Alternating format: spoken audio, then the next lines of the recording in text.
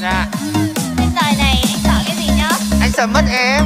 Em ơi anh sợ một ngày mình mất nhau, sợ điều đó sẽ trở thành sự thật. Cơn mưa nặng hạt dịu lòng nặng nỗi đau, hỏi tại sao ta không thuộc về nhau. Nói đi là đi, em quá vô tâm rồi, đến nhanh vội đi nhanh anh vợ lối.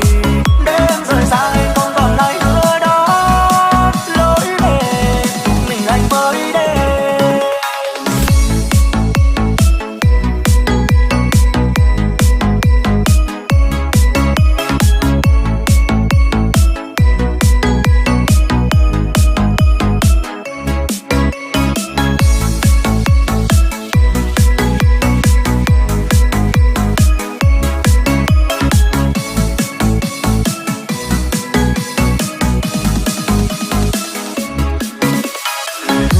Chỉ là lời hứa thôi, không trọn vẹn, mọi thứ quá xa rồi.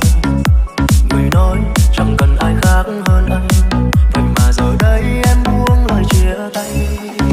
Đến đây rồi mình dừng lại đúng chưa? Quá đúng rồi em thấy dư thừa. Nắm tay nhau một đoạn đường thật lâu, loay hoay cơn mưa chỉ mình anh ướt. Em ơi anh sợ, sợ, sợ, sợ, sợ, sợ.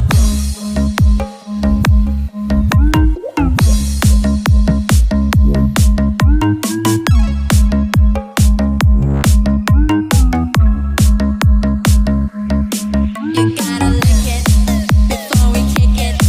You gotta get it soft and wet so we can kick it. You gotta lick it before we kick it. You gotta get it soft and wet so we can kick it.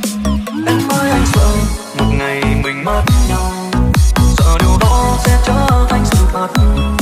Cơn mưa nặng hạt dịu lòng nặng nỗi đau, hỏi tại sao ta không thuộc về nhau. Nói đi là đi, em quá vô tâm rồi, đến nhanh vội đi nhanh anh vợ lối. Để em rời xa anh không còn lời hứa đó, lối về mình anh mới đến. Vài câu nói quá vui, mình không ra cách đâu, từ nay chúng ta có nhau. Hôm nay em xa anh rồi, bên ai em vui hơn nhiều. Đến đây thôi mình dừng lại được chưa?